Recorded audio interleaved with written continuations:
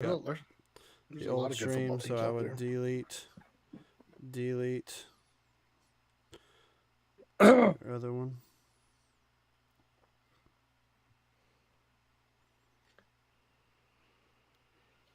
Oh, that's tight. I was always wondering if our thing did that when we're live. What's that? You know how you have that pink bar at the top of your feed? Yeah. That's sick. God bless. You know, you said take the under tip, which I did, but hell, South Alabama may get 50-something points. Yeah, they might. They're about to get 21 right now in the first quarter. Yeah, but if they're up big in the second, they'll take their foot off the gas. By the way, we have a large number of voicemails. Just Perfect. So, Jesse, hope you're ready to be here pretty late. Back on. That's why I got the right chair. Mine is, mine's back on. Okay. Jesus Christ. All right, Liberty's taking off now.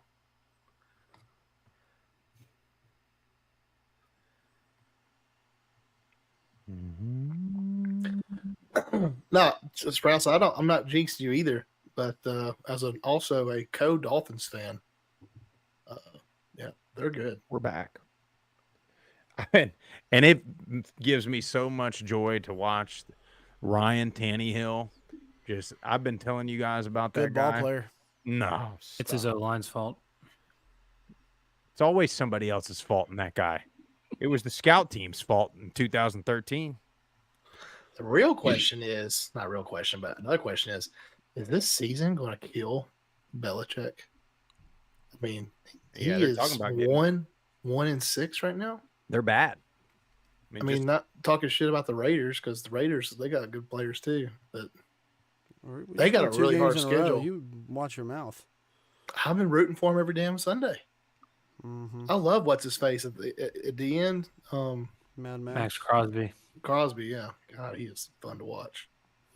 All right, Sprouse, you ready to do the bang or what? Well, I was wondering if we were going to do a show tonight, if we were just going to. Are we live right now? Oh, yeah. Been live, homie.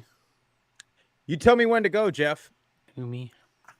Let me make sure our YouTube is up and running. Seems to be. All right.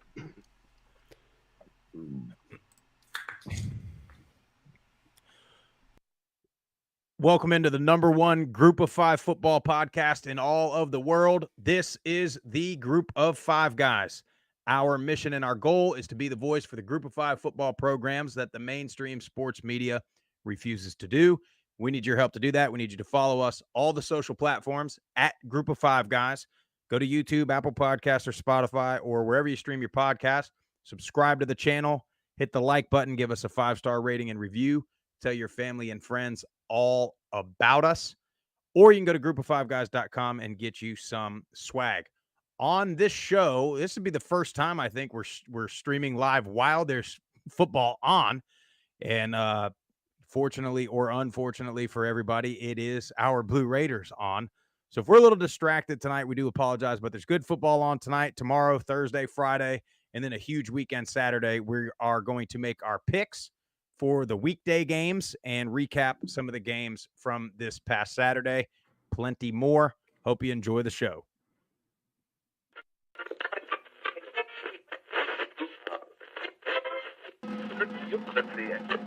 Have you had it from somebody born and raised in Lafayette, Louisiana, at a tailgate? Doubt it. Lee Corso is a guy who had a retirement party 10 years ago, and yet he still won't leave the office. Projected getting drafted between the first and third round. Like, that's incredible. The receivers are stacked for the Group of 5. I said Michael Pratt has got to show up and play, and boy did he. 394 yards, 4 touchdowns, 48 rushing yards on the ground, and another touchdown. I really appreciate you do for the Group of 5 programs, and I think it's great. I think we should get more of this, but you guys are on the forefront of this. And so I'm thankful for this. I'm glad that you're talking about the Group of 5 because I think they get overlooked. But it's a ton of fun to watch a guy go to the NFL from a Nevada or a Colorado State or a Middle Tennessee or an App State, and fans follow that kid. I appreciate what you guys do, truthfully. covering the Group of Five. I mean, y'all said it earlier, but the Sun Belt to me is college football.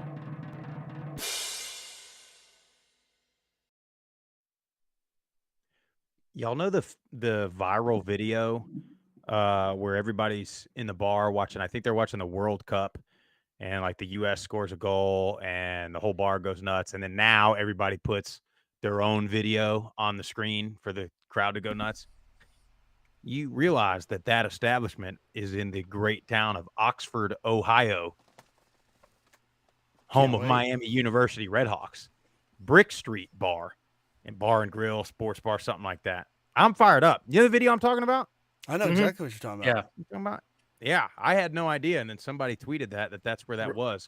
They always do a meme, like whenever a celebrity dies, they'll do like a 5, 4, 3, 2, 1, and it'll be like, you know, whoever just passed away comes on the screen, the whole bar goes crazy. Like they're in heaven. Well, I remember the first one I saw was when it was Sunday Night Football, and they had Chris Collinsworth when he does the slide in or whatever, and it was like they were all waiting for him to slide in, and then he did. Yeah, I had no idea that was in Oxford, Ohio, and apparently that facility was, I think, 2020 or 2021 Barstool best bar. So I had no idea. Pretty excited about that. Had some good food recommendations for Friday night. Hopefully good tailgate, and I'm really hoping for a good game. It's gonna be a little cold for us Southern folk going up there. I saw 45, high of 55.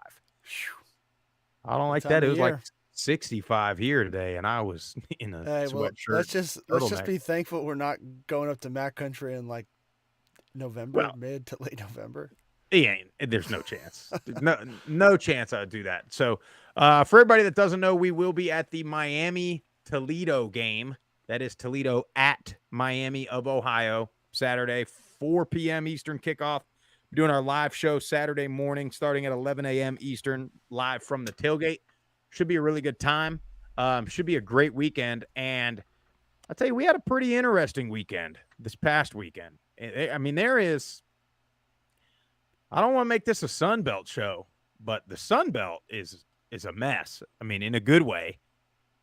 The other conferences, it seems like, are, you know, you got a couple of the top teams, and you know, tonight Conference USA, you pretty much got the 4 best teams in my opinion. And I think before tonight, I would have said Western and Liberty are head and shoulders above everybody else. In the American, looks like it's Tulane, maybe SMU's got a shot at it, and then in the Mountain West, I mean, with Boise losing again, it looks like Air Force, Fresno still alive in that. Wyoming still alive. But Sunbelt, there's 10, 11 teams that could win this thing. That's BS, though. Well, because James Madison is probably – I mean, we did our polls the other day, and I might have been the only one that put JMU at number 1. I think they're better than Tulane. What those guys did on the field on Saturday was just remarkable. I mean, and they're consistent. I think they're the most consistent team this year in the Group of 5. Yeah, they look. I mean, that maybe their off game is when we saw them at Troy, and they still beat Troy. Well, what I think though, you bring up that game. I think that shows us how good Troy is. Yep, maybe how good Troy still is. I should say. Maybe, yeah. That's and you know, and because Troy looked good again. I mean, they shut out Army this weekend at Army. But yeah, a lot of wild finishes we got to talk about. I just want to go around the horn real fast. I'll start with you, Jeff. You anything surprising from the weekend, or your biggest story from this weekend? Battle of South Florida. The Owls put a beat down on the South Florida Bulls. I mean, just absolute beat down.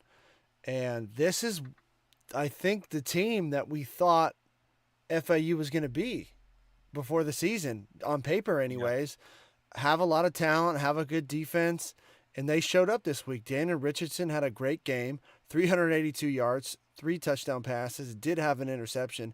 And then LaJohntay Wester continues to be, I think, the top receiver in the American. 10 catches, 123 yards, and a touchdown, and had a 67-yard punt return for a touchdown. So if they can play like this, I mean, they can make a run at the American championship. But are we going to get this FAU team week in and week out? Hasn't shown it yet. but great display by the Owls. Yeah, 100%. And you're right, because I think we all kind of agreed that they were a bit of a dark horse in the American. Everyone was talking about Tulane. Everyone was talking about UTSA. And I think we all thought FAU could make a little run, especially as one of the newcomers. But, man, boy, I did not think 56-14. And I'll say this, too. The Owls brought themselves a little crowd up there to Tampa, Florida, too, which is good. I think that's a nice little rivalry that's going to be brewing in the American if both teams stay. I want to go another route, Jeff. Surprising to me is I don't think anybody's surprised necessarily that James Madison beat Georgia Southern, but I'm shocked. I mean, they absolutely destroyed Georgia Southern. That game was over. I mean, pretty much immediately, pretty much after the first series or two. We were waiting for Georgia Southern to answer, and they never did. Let me comment on that game. I'm in Morristown, New Jersey, and this is before the wedding activities began. So I was pre-gaming at this bar, really nice bar, and sitting there, and the crowd starts filling in around 11:30, getting ready for the 12 o'clock kickoff of the games. You know me, I'm a social butterfly. And I'm talking to people, and guys were saying, so who do you like? Who do you like? What games are you looking at or whatever? And before I could even mention it, these guys up here, they weren't talking about Alabama, Arkansas. They weren't talking about Florida State and Syracuse. They were saying, I'm really looking forward to this James Madison, Georgia Southern game. They were talking about that up in the Northeast. And they weren't talking because they were James Madison fans. These guys were excited to see Georgia Southern compete with James Madison. Unfortunately, it didn't happen. Did not compete. But everybody was wanting to see if Georgia Southern was real or not. And I mean, that kind of answered that question. Yeah, I think that's the thing, though, is I think they're still real. They are. I think James it's a shame. It really is a shame because I'd love to see James Madison. There's a long way to go still, but I'd love to see him get a chance at a New Year's Bowl and play somebody like that. But God, if I was a senior on this team and I didn't get a chance to go to New Year's Bowl, if I went undefeated, be irate. That'd be BS. What about you, Tip? Anything surprise you from the weekend? I think we got to talk about the elephant in the room from this weekend. Colorado State beating Boise State 31-30. But it's the fact that Boise State was winning this game 30-10 with just over 4 minutes left in this ball game, and Colorado State comes back and beats them, gets a touchdown, recovers an onside kick, throws a Hail Mary at the end, wins the game. I mean, I saw it was 30-10 with 4 minutes left, and I'm gonna be honest, I went to bed. Yep. I went to bed. Hammered Boise, and then went to bed, didn't you? Well, the crazy thing is, it's like, scoring 3 touchdowns that quick is one thing, but scoring 3 touchdowns when you haven't scored any all game is a whole nother thing. It's just like, man, Boise, like you said, I didn't really watch it live, so I don't know that, Boise just completely let off the gas and they empty the bench or what. I don't know. But shout out to Colorado State. They kept playing. And that little tight end, that almost reminded me. You remember he had that shoestring catch against, I think it was Colorado in that game. That kid's a star. Colorado's another good tight end out of Colorado State. Yeah, he kicked our tail at MTSU. Yeah, well, he just destroyed us. I wasn't going to mention that one. Yeah, he was killing us. What about you, Swaggy? You had anything other than James Madison result surprise you? Pat on my back again. I'm not surprised, but the whole world's probably surprised. Going back to my Georgia State Panthers, they're over here, handle business against Marshall, and now we're setting up for a big week this week in Louisiana. So I'm very excited about that game. But Georgia State, they may have had an off week against was it Coastal Carolina, but now Troy against Troy. Now they're back. They're competing hard as ever. Yeah, they look. I mean, Granger looks good. Out of all the quarterbacks in the Sun Belt that we've been talking about, I mean, Granger's been week in and week out. He's been playing. Can we consider tonight as a surprising deal because the Blue Raiders are about to score and make it 21-21 right now, right before half against Liberty. This is awesome. It's awesome. No, they're playing up. That's what we do. They are playing up. We play up to really good competition, and then we play a team that we should beat. We play down. He was talking before the podcast. He would never have made that warning if it wasn't for me, if I went on the show. But I'm the one that is just. It's hard for me to multitask, and I'm going to multitask more on you, Jeff. I'm sorry. You're good. He's going to Mike's just kind of multitask on blocking you. like half your bottom of your face because you're all leaned back. But you don't worry about it. Hey, so what about this? I sent you guys a new idea. I don't know if you guys took a look at it. We talked about last week the teams we need to start paying attention to. Do we want to do this two ways and do it, a bandwagon you're on or a bandwagon you're off? Do we want to hit that for an on and off here? I like that. Well, let's do it then. We can. I mean, we can. I had a player. Oh, well, that's good too. Do a player. You're done watching? No, that needs to be watched more. Well, who you got, some Jeff? recognition. Receiver out of South Alabama, Colin Lacey, is 4th in the nation in receiving yards, has 6 touchdowns, averaging 18.5 yards per catch, and right now he's got 4 catches for 59 yards in the game against Southern Miss. He's not being talked about. He's not on anybody's radar. And honestly, South Alabama, I mean, the West is still wide open. They're 1-1 in conference. And they have a nice little schedule that sets up the next couple weeks, really get that offense rolling, really get in a rhythm, and then they play Troy, Texas State to end the season. It's a gauntlet at the end, but if they can be peaking at the right time, who knows? South Alabama could very well be the representative of the West. But Colin Lacey, this kid's not getting enough recognition. Keep an eye out for him. He's balling. So are you on the South Alabama bandwagon a little bit here? Well, I mean, going into the season, we felt like they were going to be one of the top teams in the Sun Belt, and they just kind of underperformed. But we've said this before, too. Like, if you want to have a point of the season to underperform, it's in the beginning. Or lose a big game, you want it to be in the beginning of your season.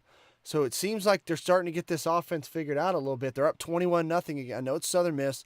They have not looked good, but they're starting to get some things figured out. And if they can continue to do that, build momentum, build some confidence, I mean, it's open. You said it earlier in the show, Sprouse. The Sun Belt's wide open.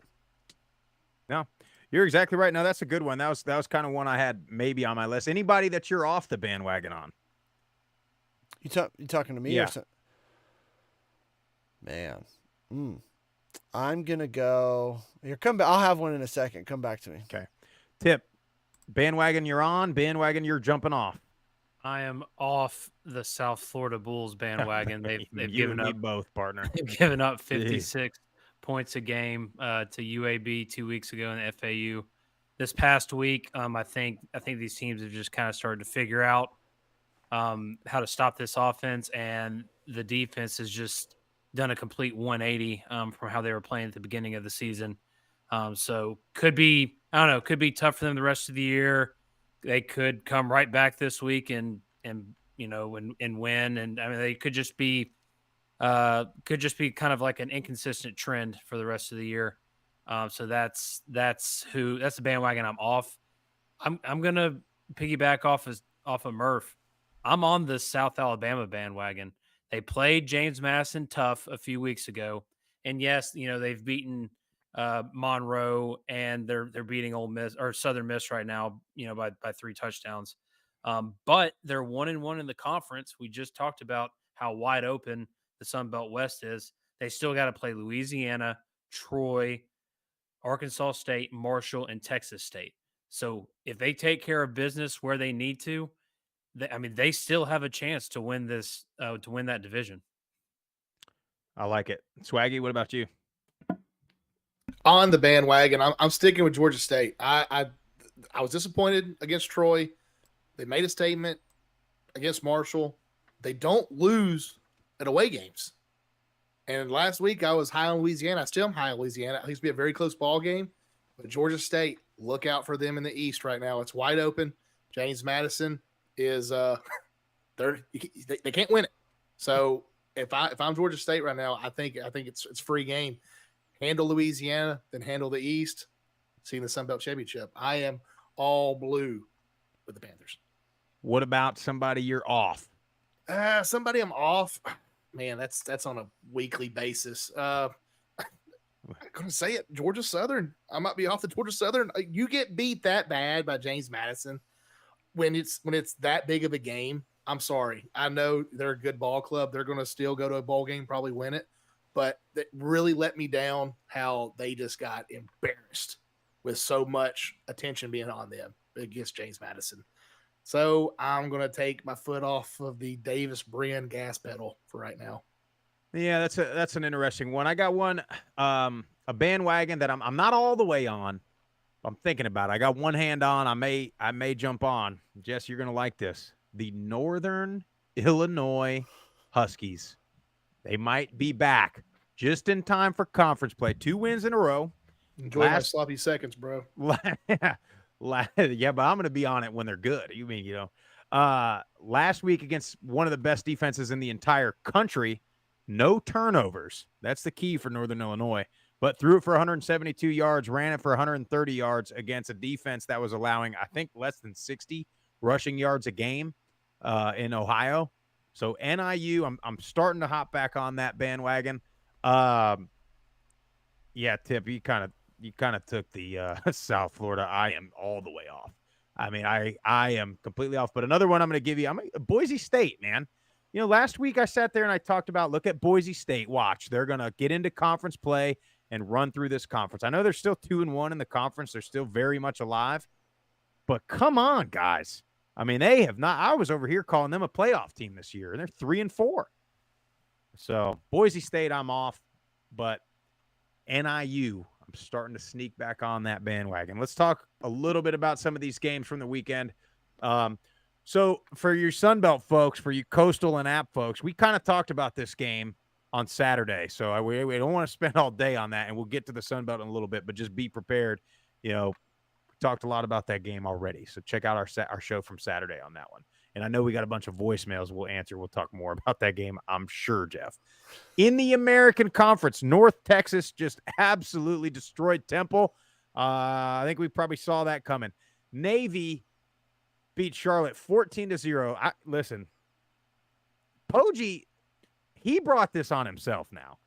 He went up there on the podium and slammed his hand down, and that started acting like you picked us. You shouldn't have picked us last, this and that. Mm-hmm. Bro, they're not going to win 2 games. They're not going to win 2 games. So it's got to be, and I've seen some people on Twitter that are saying, Will Healy didn't lose like that. Yeah. So I get it. It's his first year, but you bring in all these guys that are these big-time recruits, these 5-star guys, and it's just not working. So now you got to look at, okay, we supposedly got the talent. You told us we've got the talent. So what's the problem? So that's where, and don't get me wrong, I'm a rational guy. I realize that the guy's been their coach for 6 weeks of football. So, you got to give him time. But, hey, man, I wasn't up there promising all these wins to everybody. So, I don't know. I don't want to say. What do you think, Jeff? You got something on your mind there. Well, I was just going to say, you talk a big game, you got to at least back up some of it. But all the big names you got to think that he really brought in were offensive linemen and defense. They really didn't get any top offensive recruits that I can really You got the quarterback, though. Yeah, but I don't think he wasn't like a TJ Finley going to Texas State. So, you can't score against Navy. It's not like Navy's defense is, the Chicago Bears in their prime. Memphis had trouble scoring against Navy, though. Yeah, but that's just, you got to score points. If you can't score points, I don't care how good your defense is. Well, you're not gonna win any games, and that's literally 0 points. They can't move the ball. Yeah. You already talked about FAU, USF, FAU. Yeah, gigantic one this weekend, and then UAB, UTSA. UTSA is the one I think, Jeff, you brought up last week or the week before. Yeah, look out. Now, I did see JT Clark out again this week, so that pretty much means they're going to redshirt him. Yeah. So he'll be there next year. We'll see if Frank Harris can somehow finagle himself into an 8th year at UTSA to throw to JT Clark. But yeah, I want to make a note real quick. Trey Moore, 3.5 sacks against UAB. He was just wrecking Jacob Zeno's day in the backfield. and that was a huge key for them. And then, Frank Harris has a solid game, nothing special, doesn't turn it over. Had 2 touchdowns passing, only 171 yards, but they got it done on the ground. Kavorian Barnes and Robert Henry both had good games getting in the end zone. So who knows, could be peaking at the right time. And then Josh Cephas breaks the all-time receptions record at UTSA. So shout out to Josh Cephas. Dome was rocking too, wasn't it? Yep. I mean, good for them, because they haven't had the beginning of the season that they thought they were going to have, and the Alamo Dome looked like it was a pretty good crowd. Conference USA, we got a couple games going on right now. Liberty and Middle, Western Kentucky, and Jacksonville State are playing. We have up, what do we got, 21-21? Yeah, 21 at half. So Sorry. Middle Tennessee at Liberty tied up at 21. Western Kentucky at Jacksonville State. Western is up 17-7 in that one.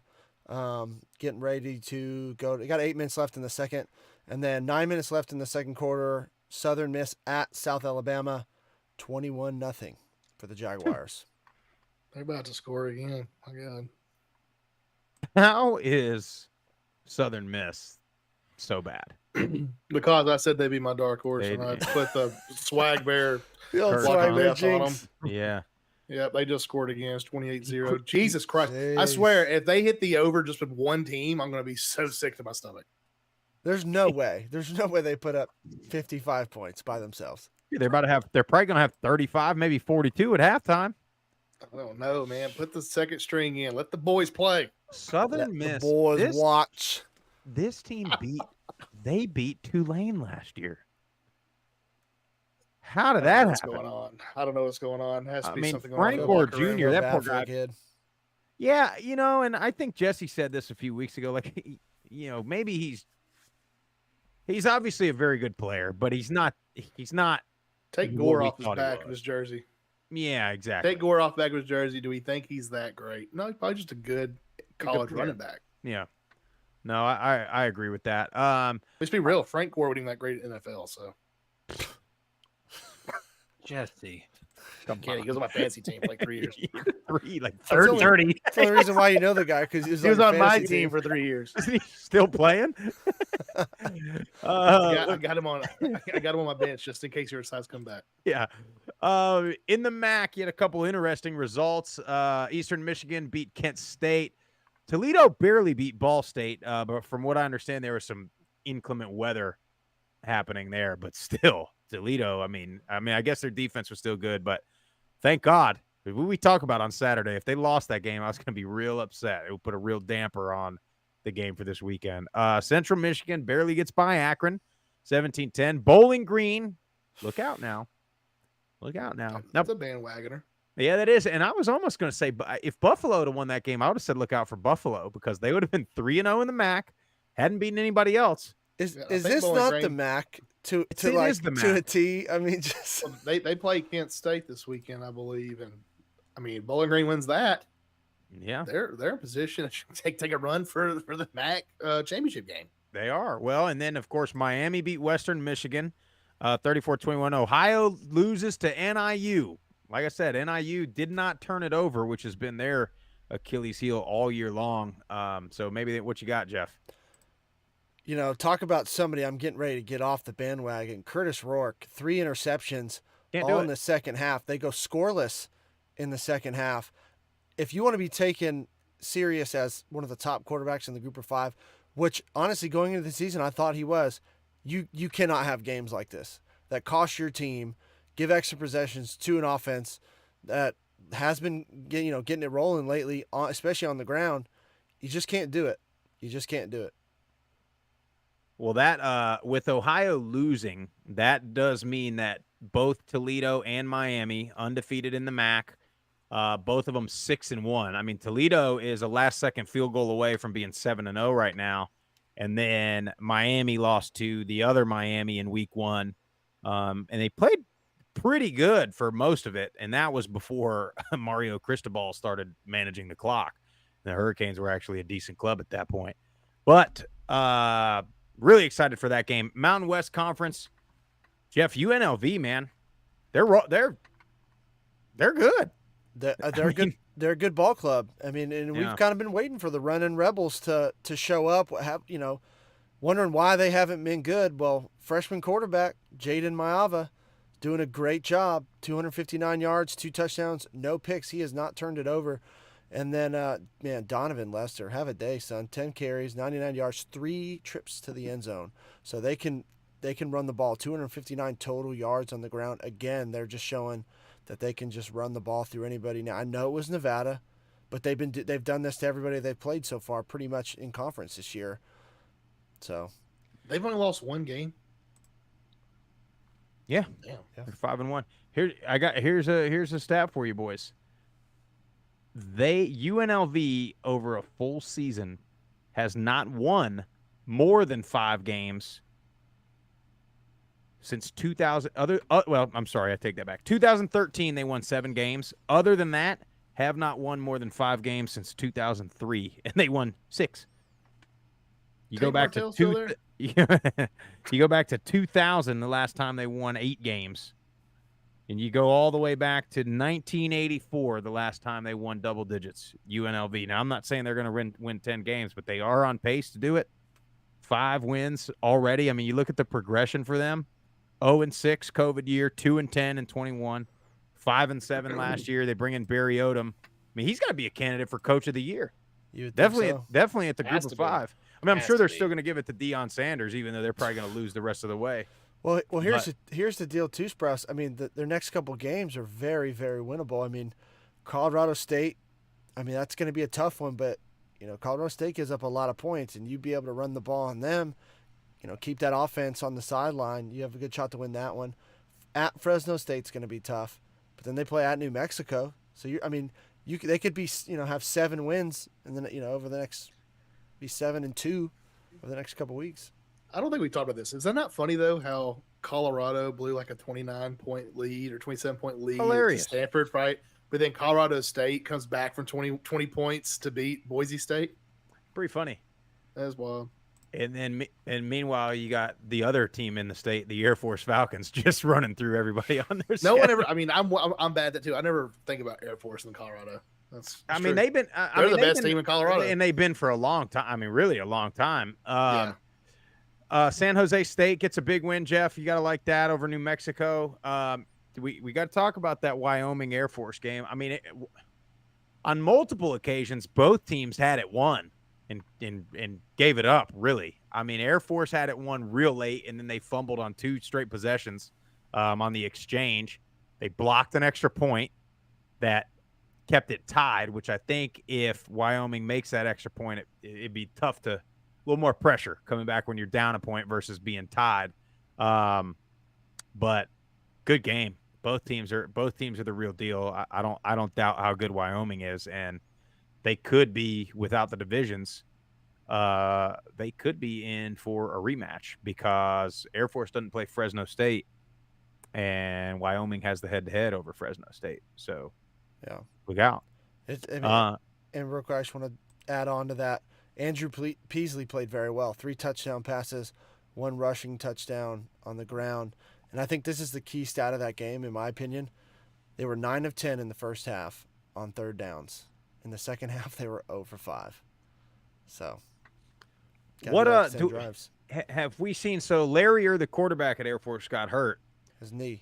So what do you have I don't have an update. I haven't seen anything. Prognosis? Yeah, I haven't seen anything. Still early in the week, so usually they don't come out till, Wednesday or Thursday and really let you know diagnosis, what's kind of going on.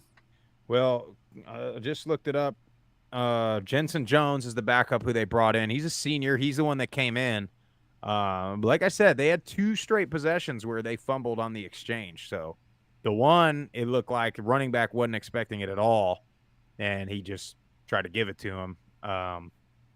I think they credited the running back with the fumble on that one, but then on the next one, Jones fumbled. But then he led the last drive to win the game, so, what can you do? It says here, the quote from Troy Calhoun, quote, out for a while on Larrier. So, but, I mean, who knows?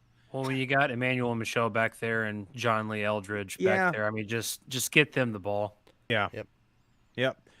And then San Diego State gets a win over Hawaii in a pretty close game. I did not watch that game, but a lot of points scored.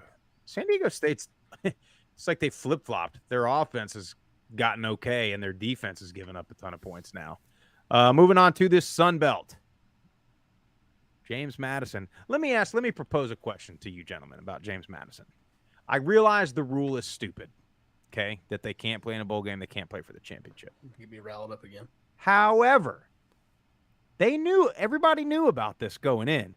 So my question is, where was the outrage before they realized, oh, we're good?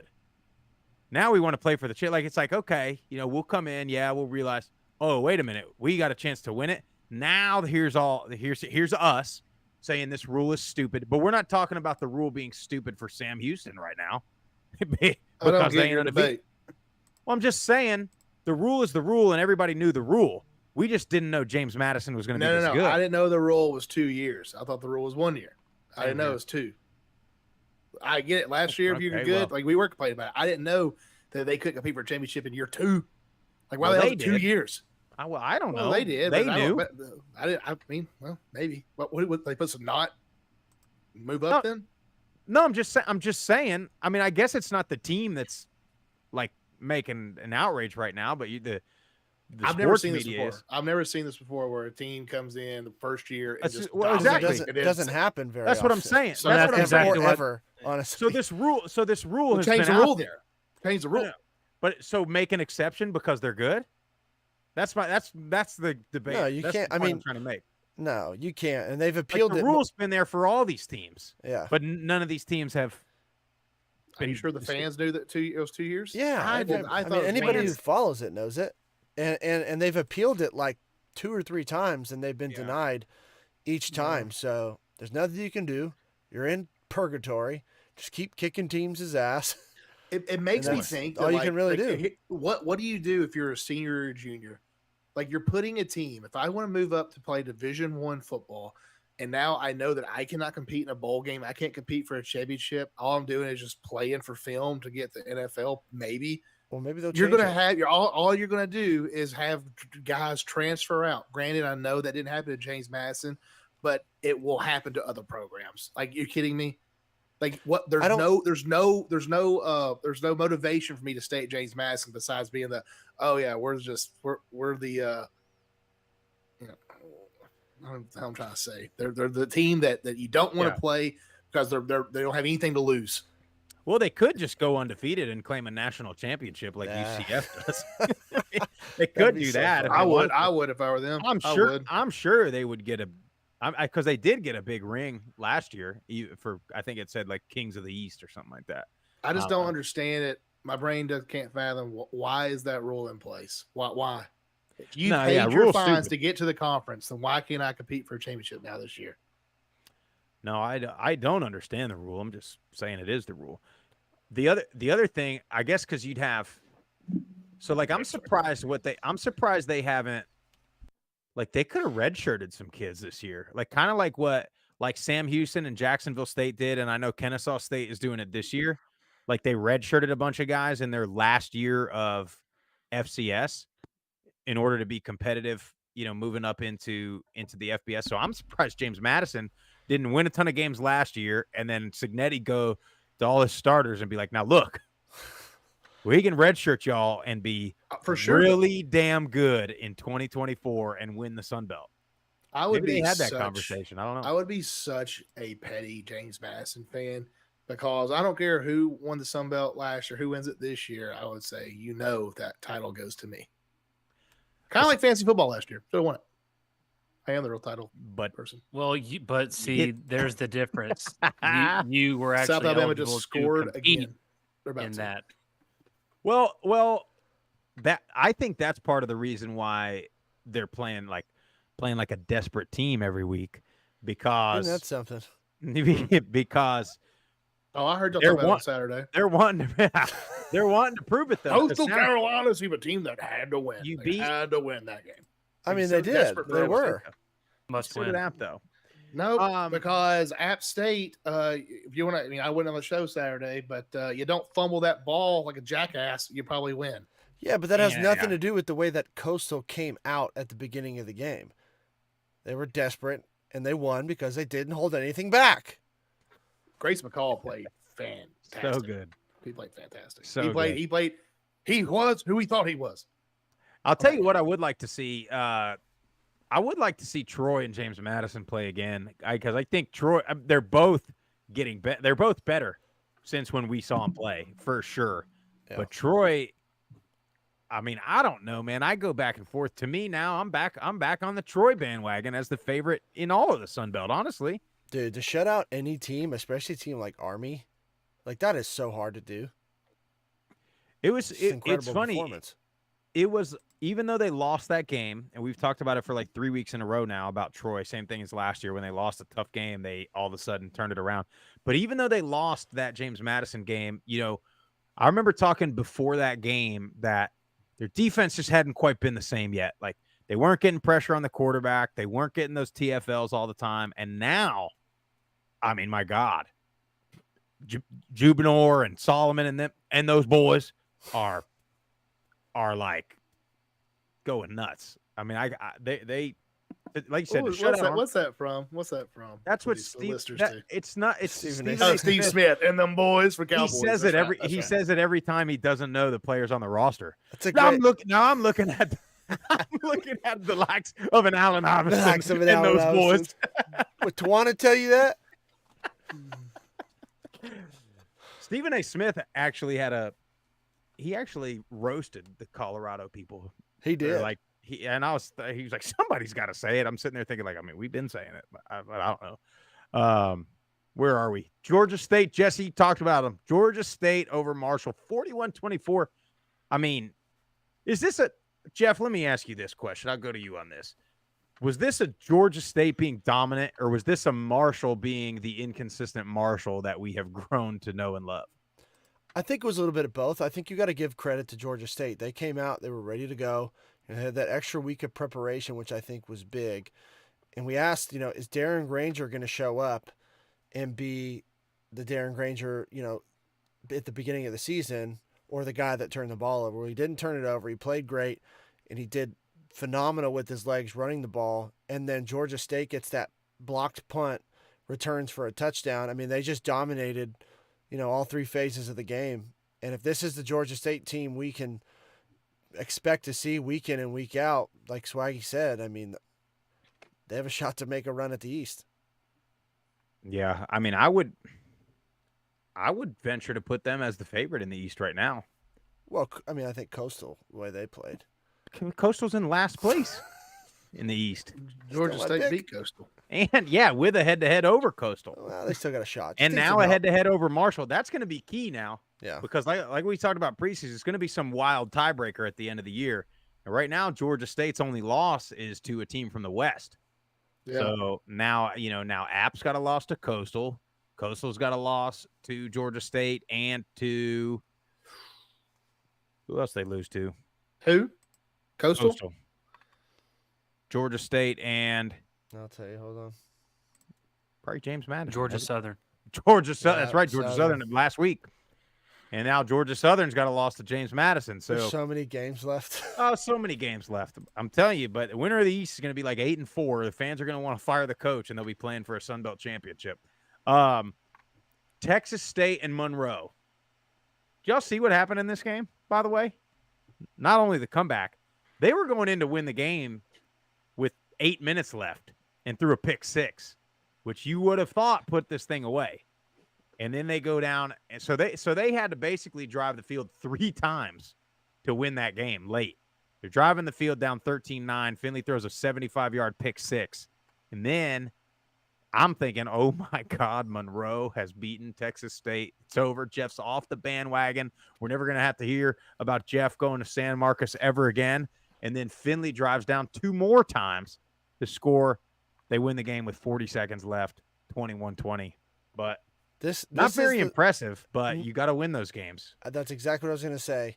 This is a game that Texas State would normally lose. But when you're not playing well, a good team finds a way to win, and they found a way to win. They never gave up. TJ Finley redeemed himself, got those 2 touchdowns to Joey Hobart, and got the win. Doesn't matter how you do it as long as you get the W. Yeah, well, credit to them. I mean, they're looking pretty good. The West is you got Southern Miss, and you got Monroe down there. Monroe, I mean, they played some good games. They just hadn't won any of them. They might be a team to look out for next year. But the West is wide open too. You got Texas State, you got Troy, you got South Alabama, you got Louisiana, Raging Cajuns. I mean, Sun Belt. I tweeted about it. You got 11 teams that are still very much alive in that conference right now. But anyway, we got to talk about a couple of games coming up for this week. Jeff, do we have a Southern Roots radio commercial, my friend? We do. And before we go to that commercial, I want to shout out the chat on YouTube. If you're watching on Twitter, on Facebook, the live chat's always fantastic when we do our show. So hop over to YouTube. Really trying to push the YouTube platform to get in there in the live chat if you got any questions or comments. But Zach Green's in there. Morgan Fost in there. Sam Pickney, who is Steeple PC _.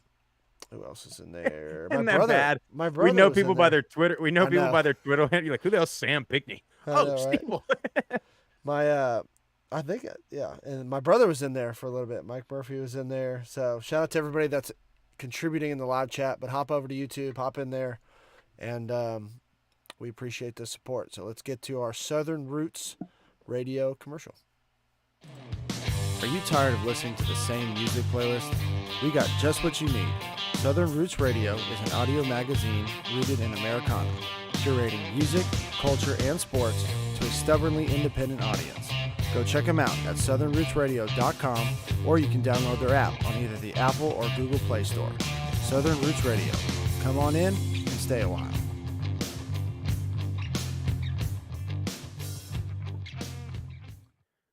Sorry, I got breaking news. What you got? Has there been a bandwagon to collapse more than the Dabo Swinney Clemson bandwagon?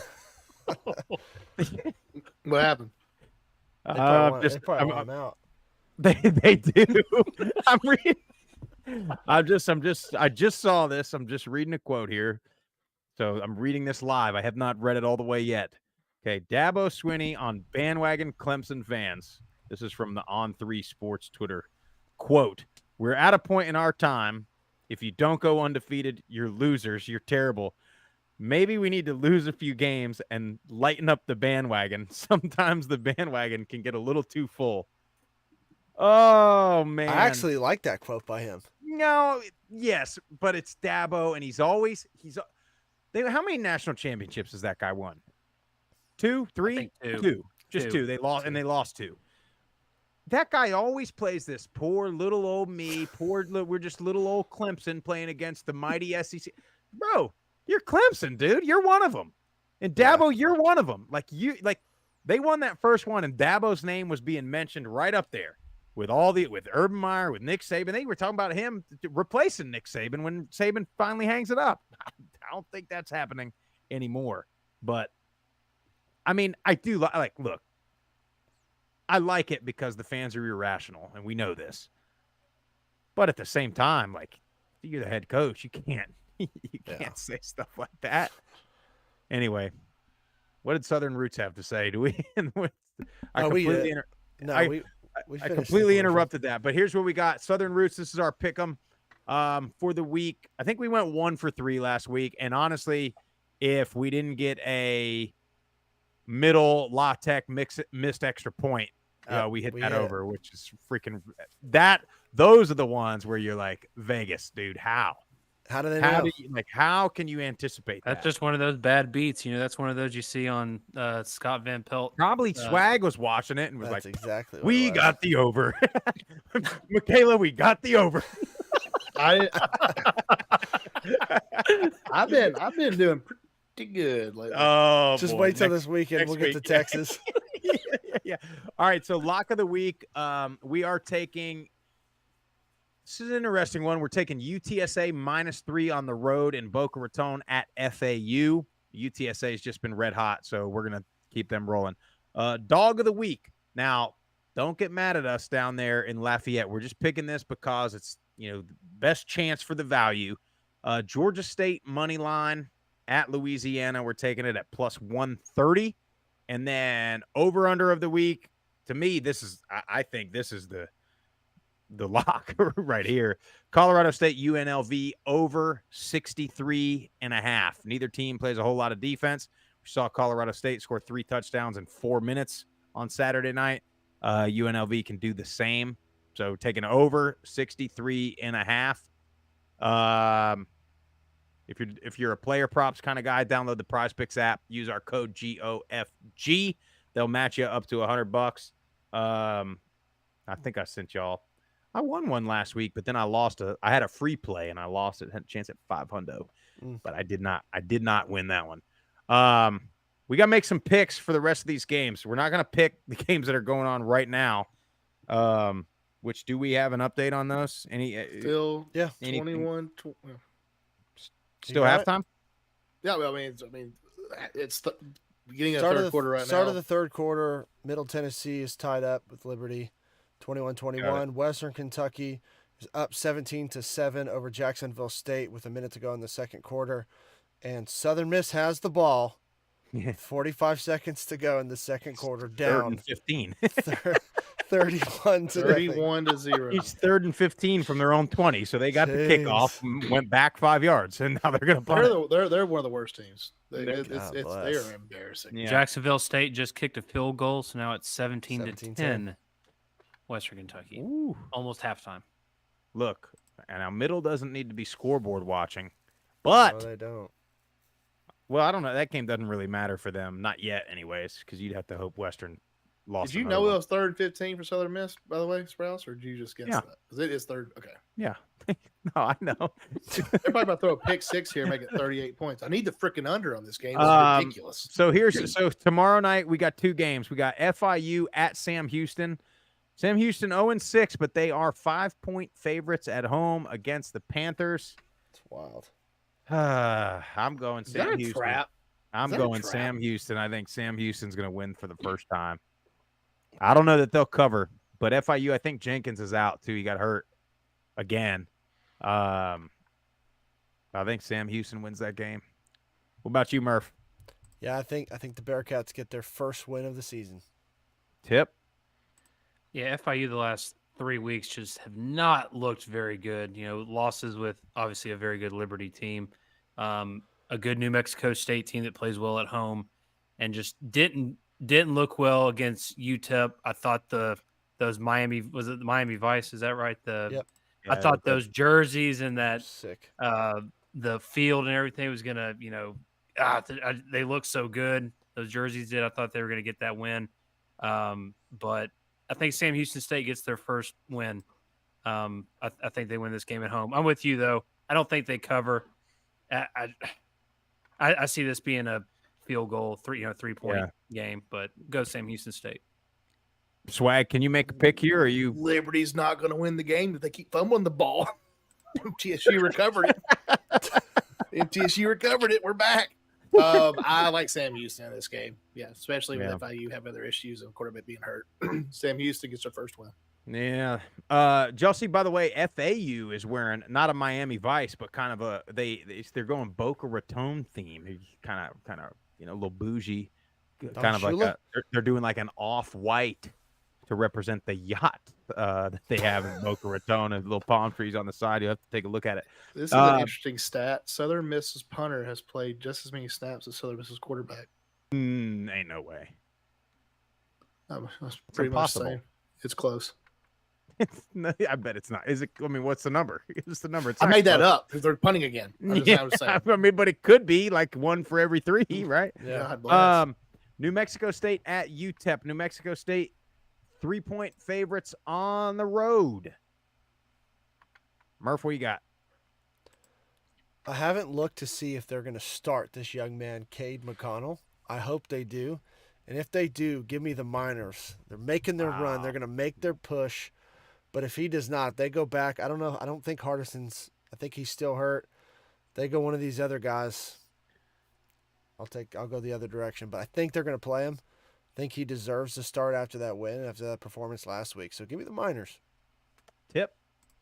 Yep, that's exactly what I was going to say. If they start Cade McConnell, I'm going with the UTEP to win this game. Diego Pavia does not play as well on the road as he does at home, so I'm going to go with UTEP to win this game at home. New Mexico State is right there, alive in the Conference USA running now. They're 4-3 overall. I like New Mexico State in this game. Swag, what do you got? And I think Pavia has a big game. I think the Miners are onto something. I think they've always been a good team. They've just been struggling all year. This is going to be they're going to start getting some wins underneath their belt, mining for some wins. UTEP. Well, he just put the Swag Bear curse on it. I want to change my pick. South Alabama's going to score again. No, it's halftime. What's with the halftime thing? What they do? Get the boys in there. Get the boys some water. Where they got I'm watching the game, Sprouse. It's halftime now. Is it halftime? What happened? I was answering about UTEP. I can't do both. My game cast said 17 seconds left, and they got the ball in the Southern Miss. Okay, now there's 1 second left. Oh, they're going to kick a field goal. Jesus Christ. Southern Miss, they need to be demoted to Division II. Oh, you're terrible. Hey, he gets so worked up whenever he's betting on games. It's the only South time he has Alabama, true passion for this. Is South Alabama and Southern Miss like a big rivalry? Because South Alabama, they're like mad at them. They're mad. They're trying to run the score up. Well, our good friend Morgan Fost, I hope I pronounced that right. In MTSU the live chat says that Southern Miss only has 2 first downs in this game. Ouch. So that punter, he's pretty close. He's pretty close now. Amount of snap. Thursday night, we got Rice at Tulsa. What's Tulsa going to do? What's Rice going to do? Both teams are 3-3. Tulsa's 3-point favorites at home. Murph, what do you think? I'm going with a grain of rice. JT Daniels is having a good season. I think they get it done at Tulsa. I'm not quite yet sold on that quarterback that Tulsa has. So give me Daniels and Rice. Tip. This one's a tough one. I think I'm going to go with Tulsa at home. Lost a close one to FAU, but as we've seen, FAU they're playing some good football right now. So I don't know. This one's so tough. It's gonna be a close one. I think Tulsa gets it done, wins this game at home. What's up with Tulsa's quarterbacks? Didn't he get hurt? Am I making that up completely? Cardell Williams? Was it Saturday? He was fine against FAU. No, it says he's active. I might have completely made that up. Well, then in that case, I'm taking Tulsa for the win. Swag? Yeah, I'm going to go with Tulsa as well. They're a better ball club this year than in years past. I'm going to go with them. Boys. Blue Raiders are back. Boys, I tell you, that was a dime pass. That was 40 a dime. yards for a touchdown. And I just saw Brent Stockstill just go crazy on the sideline and slap the shit out of that guy on the head, fired up. Liberty's going to get beat. They're going to lose. Yeah, y'all, everybody watching and listening, just if we're not what's even a Blue Raider? What is a Blue Raider? Look, we got to get to these Blue Raiders beating your ass. Yeah, we got some voicemails we got to get to, but we just let them play and we'll go watch the game. Potential game of the week: James Madison going to Marshall. We got ourselves a home dog, boys and girls. Jeff, what are your thoughts on this? I normally like a home dog, but after that performance that James Madison put on Georgia Southern, I'm not betting against the Dukes until they prove me wrong at this point. So give me James Madison. Tip? Yep. I'm exact same thing here. I can't pick against James Madison. I said it on Saturday. They're still undefeated. I'm going to keep picking them. So I'm going to go James Madison. They're favored by 3.5. I think they cover. I just think Marshall's defense just kind of is a little bit of a letdown, game last weekend. And Rashi Ali had a fantastic game. He led Marshall in both rushing and receiving. So they listened to us. They definitely gave him the ball, but defense struggled a little bit, and they potentially could also struggle and probably will struggle against James Madison. Swag? NC State was the letdown game for Marshall. They could not get up for Georgia State. They get back on track. I'm taking Marshall money line against James Madison. I think they have the athletes to play with James Madison as long as Fancher can be consistent, hit the smart routes. I think they keep it close. I think they pull it out at home. The Zone is going to be absolutely rocking. Okay, live on ESPN main network, ESPN1. That means you're going to get Dan Mullen and Matt Berry on that, and they're going to spend 4 hours talking about whatever game ESPN's kicking off at noon on Saturday. But last year, this is when James Madison lost 3 games in a row. Right here in the middle of the season, they were 5 or 6-0, and they lost to Georgia Southern, and they lost to Marshall, and then they lost to Louisville 3 straight weeks. Last year, Marshall ran the ball. Laybourne ran the ball for 150 yards against the Dukes last year. I'm sick of picking against James Madison and getting proved wrong, but damn it, sometimes you got to fight through a little sickness. I'm taking the Herd. I got to have the Herd. I got him winning the Sun Belt. I got to have the Herd. Huge bounce back win. Close. So close. I mean, I'm talking 1-point ball game here. 21-20 kind of game. Marshall, give them to me. Friday night, SMU at Temple. SMU is going to destroy Temple. Big. Yeah. So SMU, I mean, we give James Madison fans hell for being sensitive, but SMU, I mean, my God, for all the money and the freaking expensive wines and the cheese that they eat at their tailgates, SMU, I mean, geez, your life is better than to be upset at a Twitter poll. Guys, relax a little bit. Jeff, how many voicemails do we have? Guys, listen, here's the deal on these voicemails. We're getting a lot of them, so we're going to have to probably start picking and choosing the best ones. So you better bring your A game on these voicemails now. Either let it be some really good trash talk or let it be like some kind of piece of info that's maybe breaking news. But we're going to have to start limiting our time because we're about to probably go for like 45 minutes right here with voicemails, Jeff. So 615-900-4286. Bring them to us. All right, we're going to start off with the App State Suicide Hotline. The first 6 of these. So just play all of them go in a row back and to then back we'll to back respond, because I guarantee they're all going to say, fire Clark, hold on to the ball. Yeah, so appreciate you guys calling in. Yeah, we'll let you know what the procedure is going to be going forward. I mean, this is the first time we've had this many, but we'll keep you guys posted on that. But let's get to them. App State Fanatic. Hey, fellas. Calling in late here. Monday after the horrific events in Boone, North Carolina last Tuesday. Calmed down a little bit. Needed to, of course, give kudos, congratulations to them boys from Conway. Congrats, Steeples. You're impressive. You're invigorating. You're gladiator-esque speech before the game. Truly got them boys going. Who would have thought? Team 0-2 in conference. You know, their lives on the line, their pride on the line, would show up ready to fight against their who they feel like their biggest rivals. Certainly we didn't. Certainly Appalachian State did not. Congrats. Sam played well, made some good catches. Love to hear about, they brought up his young wife and a young baby. Thought his father was going to get a shout out. Thought they were going to say something like, you know, and his daddy's a passionate caller to a niche Group of 5 football podcast. But, you know, the mainstream media just don't want to see that you boys succeed. But congrats. Sam played great. You know, then if he wanted to throw on 40 or 50 pounds, he'd make a hell of an NFL lineman with the way he liked holding on to fellas there and got called for it. But congrats again. You know, fellas, this is bad times up on the mountain. I see there's 2 options. One,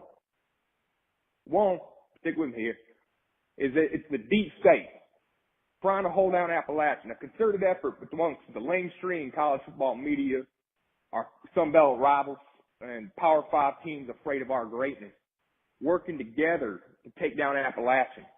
You know, the secrets are out there. Where are they? I don't know. I think maybe in that laptop everybody's talking about. Grayson McCall's laptop, that is. Why do I think they're there? Well, you know, the way that transfer thing went down for him, we know there ain't homework on there. So what else could be? Or the second option is, Sean Clark just ain't the guy for the job. Very well possible as well. The team ain't winning a lot of ball games, fellas. Whooping up on FCS schools and getting whooped up on by everybody else. More upset with the folks that constantly find a new excuse for him for all the ways they continuously find a way to lose. It's impressive at this point. It's innovative. But you know what? I think those folks, they either need to go sit down in a therapist chair and talk about why they had issues with their daddy growing up, or they just need to call into everybody's favorite Group of Five podcast, the Group of Five Boys. Well, fellas, you know what? That's about it. Enjoy next week. Looking forward to hearing everybody else's calls. Stu, brother, I'm here with you, Bo. We down bad. But I'm going to enjoy Coors Light. The mountains are blue. It's all mine, fellas. Go Appalachian State. Go Group of Five, guys. That guy's got some great What a voice fantastic call. Great call. So good. Let's keep it rolling. Andrew from App State. Hey, Group of Five guys. It's Andrew. I called in after the Wyoming App game. I'm breaking my record of last year, and I was calling in for a second time this year. It's Tuesday, I guess technically Wednesday morning. I just drove back from the App game against Coastal, and I think it's time for Clark to go. I'm sorry. Coastal's, you can say, oh, well, Coastal's a good team. I did some math. The past two seasons, so last season and then this season, I think we are 3-8 in one-score games. 3-8. And then you put that into perspective tonight, we had over 30,000 people. We had like 35,000 people show up for a Tuesday night game. And the quality of football that we put on the field tonight, oh my gosh, it was like I was out there watching. I don't know how we were in that game. I think they had 5 plays over 70 yards, 5 pass plays over 70 yards. I don't know how we were in that game at the end. And then for our player to go down and fumble the ball on that big 75-yard pass play or whatever it was. But I don't even blame him. This play calling has been atrocious. I mean, I don't know why on every third down that they had that we just did a cover zero and blitzed them and had no safety help over the top. Like, I don't understand. I don't understand. I think it's time for Clark to go. I was a Clark supporter until tonight. I thought he'd be able to turn around for this season, but it's just not happening. I think a lot of the App frustration comes from, like, yeah, we've been really successful in the Sun Belt up until about last season, and we'll be successful again in the future. But after all the Sun Belt titles and bowl games that we want a New Year's Six bid, and Clark isn't that guy. He's not going to give us a New Year's Six bid. He's not going to give us another 11-1 season. I hate Drinkwitz. I hate him to death. But I don't hate a lot of people. But Drinkwitz gets on my nerves. But he gave us an 11-1 season and a chance at a New Year's Six bid. Clark's not going to give us that.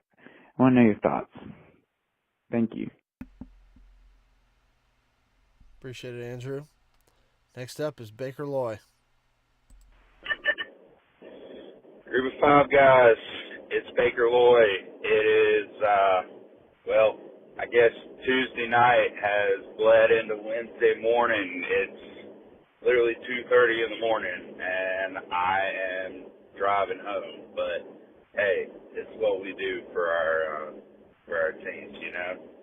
Listen, I had to give it some time to let some of this mellow down, but I mean, I got to get some things off of my chest. Our defensive backs are so bad right now, and it's not even their fault. Like, let's be honest. The coaches are the ones who bring these guys in.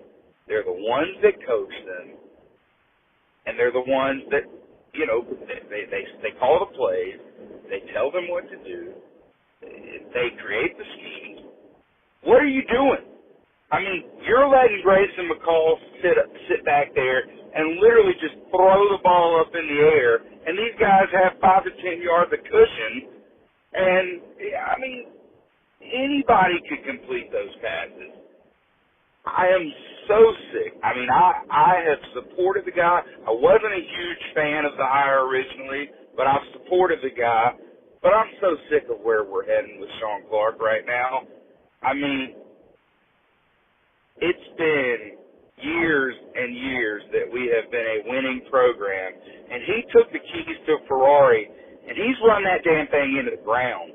I mean, we're turning into a program who now back-to-back years might not make a bowl game. And I know that doesn't sound like much to most people, but to us, listen, we've had at least 6 wins, 37 out of the last 38 seasons. Check me on it, because I promise you it's true. And I'm not going to sit here and act like we got to get used to that. Why would I? I mean, that's the expectation in Boone, and Sean knew that. Sean played it out. But Sean, you're an offensive line coach, and if you're not fit to be a head coach, then by God, don't be. If you care about this university, you either learn how to coach and get your shit together and stop just bringing your boys on to coach and find some damn coaches that can coach football, or move on and let somebody else take it. And I hope our athletic department is really thinking long and hard about what they're going to do after this season, because I do not see us winning against JMU, Marshall, probably not. Got cut off there, hit the limit. But appreciate it, Baker Loy. Try and get those in that 3-minute time frame if you can. Go to the next one. One we haven't heard from. Wood from Boone. Group of 5 guys. This is Wood from Boone, or as my friends people like to call me, Tree. I hadn't called since last time that Coastal beat us. And I listen to every podcast. We really appreciate what y'all do. We really, really do. Appreciate having Coach Clark on and doing what you do. Y'all watch the game. I just don't know what to think. Well, I will say this. I looked over on the Coastal sideline. I saw a ghost over there. It was the ghost of Jamie Chadwell. So they pulled some stuff out of that playbook, and it worked, and Coastal looked like a different team. They were a lot more dynamic the other night, or maybe our defense was that bad. I'm not sure. But, our safeties were biting, getting beat, obviously. Being in a hole 14-0 hurts. Losing Noel hurts, but no excuse. We've got other great running backs. The left side of our offensive line got whipped all night long. I thought our quarterback played well. I thought Aguilar played very well, especially he's under duress.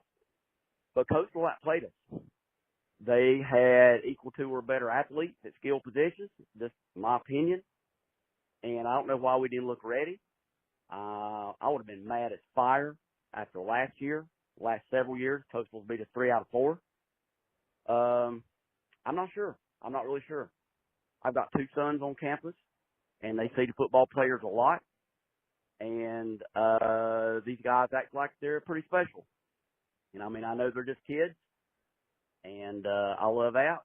And I'm not a Clark hater at all, but I don't understand why these guys walk around like there's something pretty special.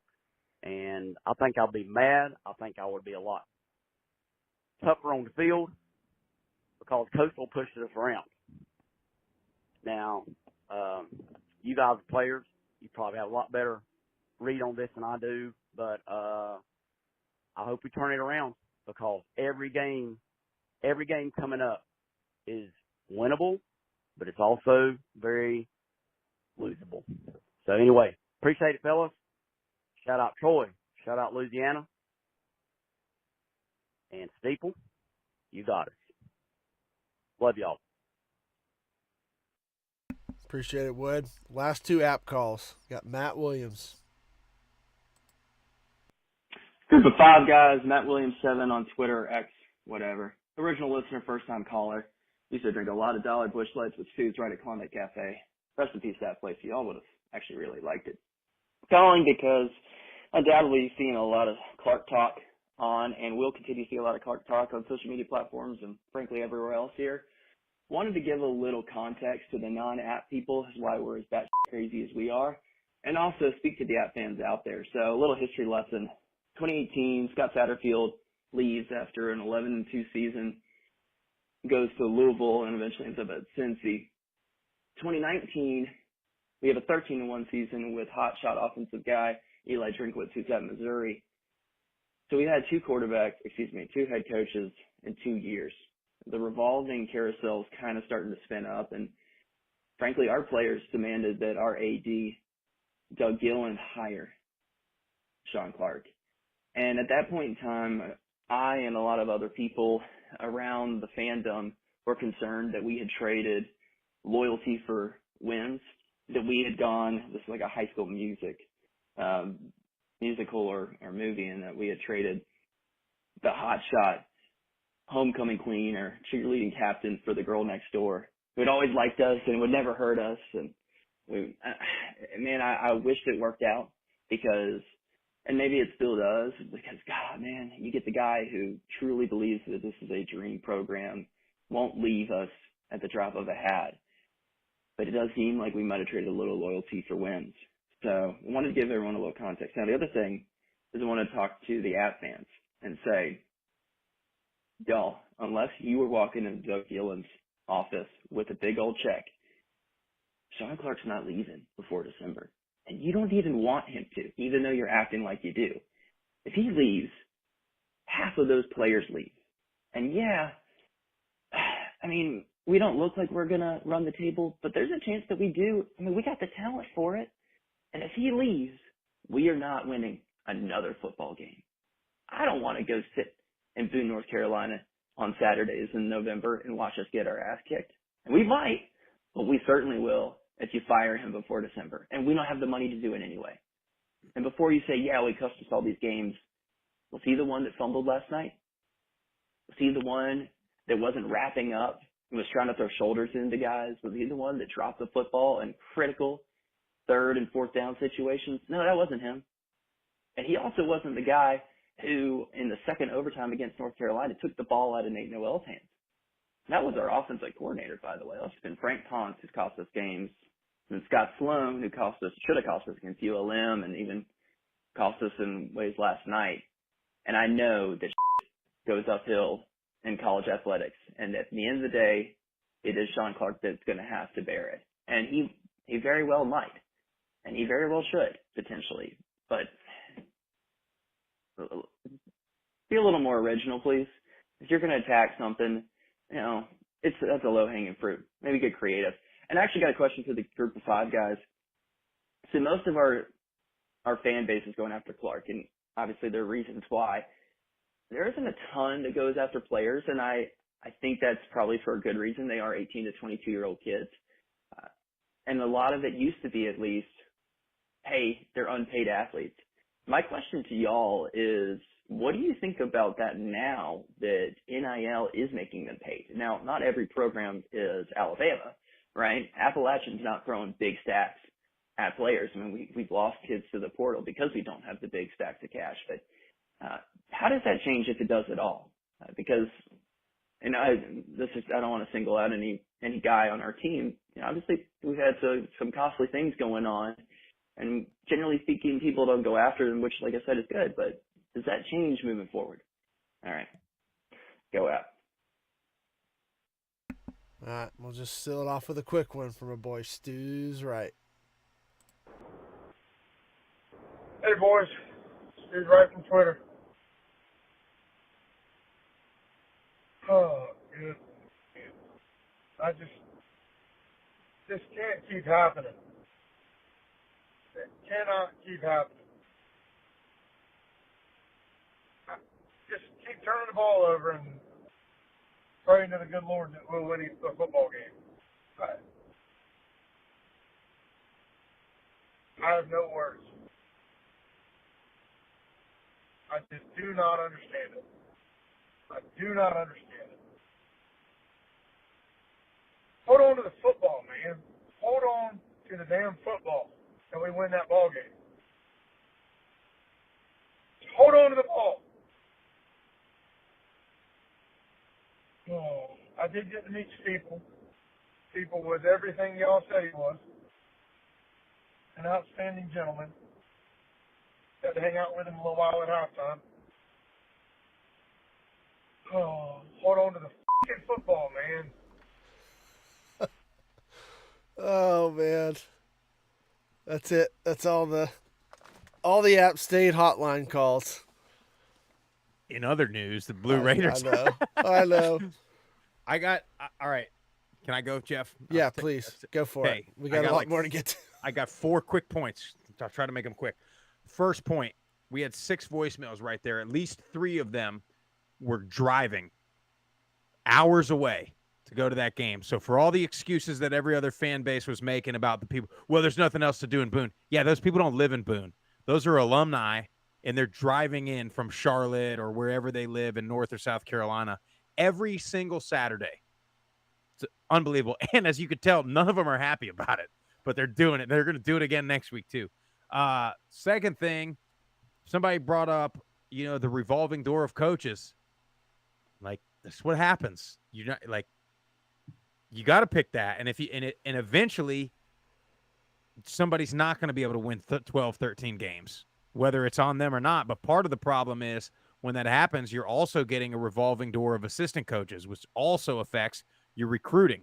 So they're talking about some of the talent or lack thereof at App.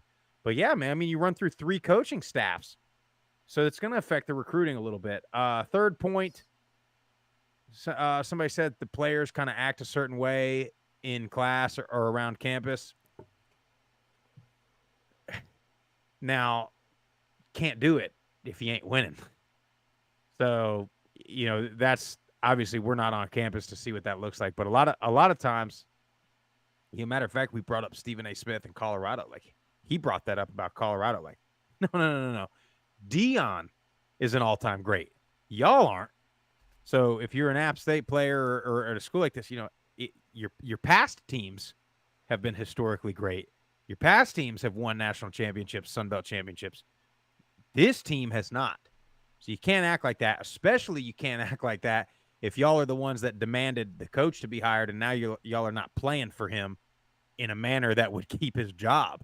And then I feel like Swag brought up the NIL, being able to come down on players a little harder. I feel like we talked about that like in the summer, maybe. Yeah, I mean, if it's your job to a degree, you get a little, if you're getting paid, if you're getting a handsome deal, the criticism is going to come with it. Yeah, I don't have a problem with that at all. If it's your 4th point, I also want to make my only comment is, like Buddy said, Sean Clark didn't fumble that ball. Sean Clark wasn't on defense. Sean Clark, he may not be as good as what your previous coaches were, but you should have won that game. Yeah, y'all it was a 14-0 deficit real quick, but I mean, my God. Yeah. I mean, I think Sean Clark's still a good coach. Me personally, but don't fumble that ball there. You win the game. Yeah, they do. But appreciate all the calls. We're going to keep this thing rolling and get to the next one. This one's quick. I don't think this guy's ever called in before. Dale Gribble. I prefer not to say where I'm from, but it's Hattiesburg. And I don't know why we're stinking so bad right now, but we are. And we stink on ice. But we'll be back. We might even make a bowl. Just watch. We're going to turn it out. This is Dale Gribble.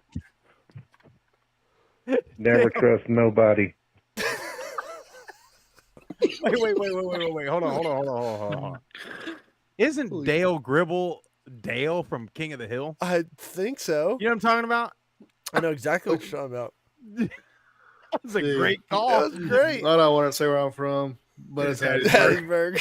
And also, I hope he didn't leave that voicemail today because He did not. Southern Miss is not winning out as They're we're getting witnessing now. smoked. I'm pretty sure Dale Gribble is from King of the Hill. That's a Maybe character. that's his alias. Who knows? Dale Appreciate Gribble. it, Dale. You haven't had. Yeah. I think that's our first Southern Miss caller. I could be wrong. Yeah, I think it was too. But all right, let's get to some Georgia Southern fans. Jim Cowart. Ooh. Five guys, what's going on? Jim Cowart calling you on my morning commute here. Kind of don't know where to start. I'll just say this.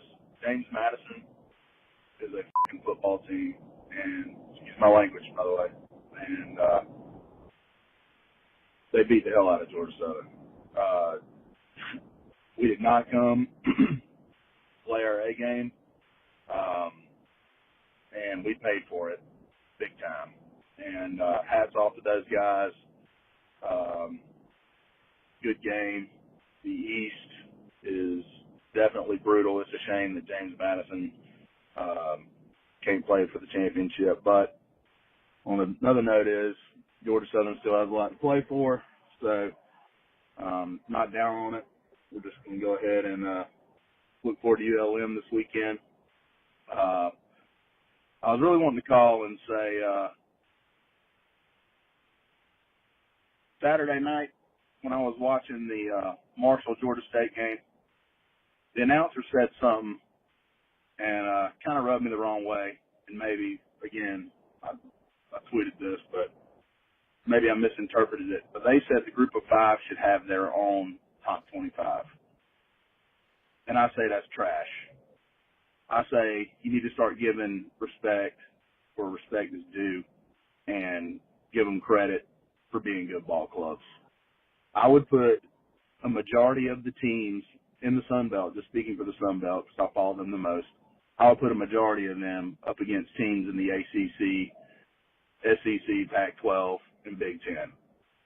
In my opinion, we have good ball clubs, good teams, good coaches, and it's almost like they still view us as inferior, and that's just trash. I don't know what we have to do to prove ourselves. I mean, hell, the number of victories we've had against Group of Five has had against Power 5 schools this year, I don't know the count off the top of my head, but it's not nothing. And these teams need to step up and start playing us on a regular basis, quit scheduling FCS teams and bring a Sun Belt team in, bring a MAC team in, and see what the hell happens. But they don't want to because they don't want to lose to us. And I don't know, man, I get pretty fired up about that. I just can't stand it. There's a lot of good athletes out there, and I just think that, there's guys like you that keep it going and make the awareness of the Group of Five out there, man.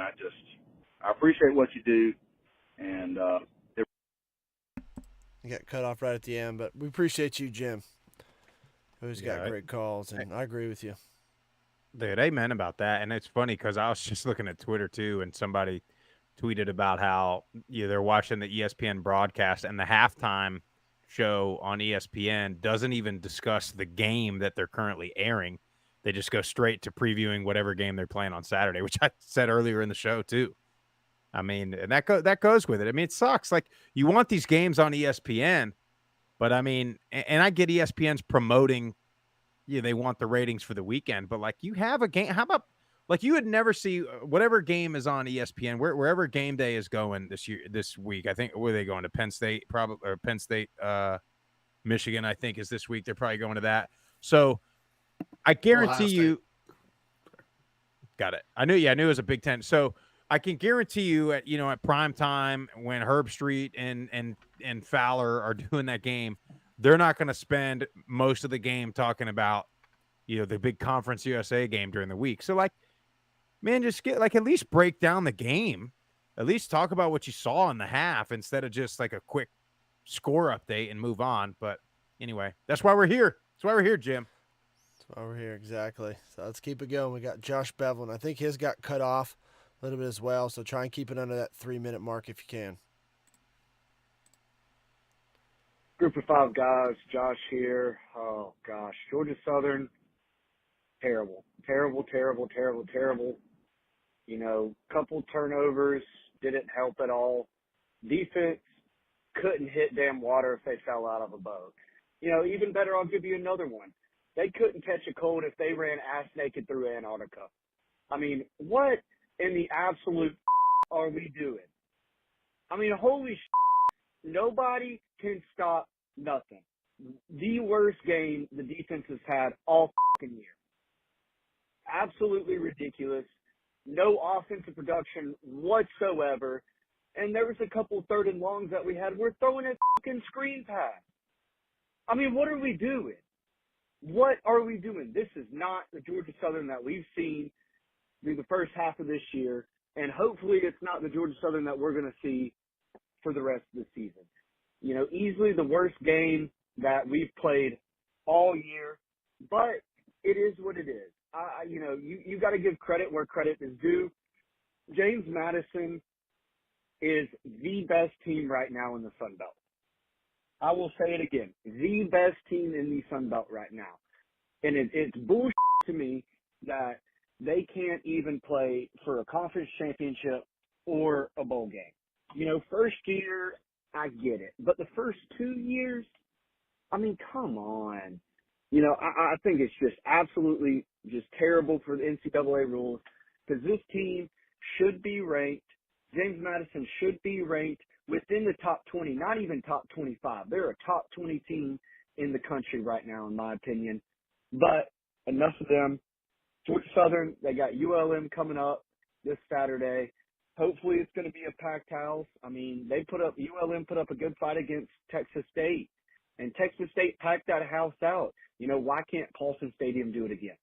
Because if we don't pack out that house in that stadium, I mean, it's going to be a hard game, you know, to even win, honestly, because if you're going to turn the ball over 3 times or whatever it was, you're not going to win any football game.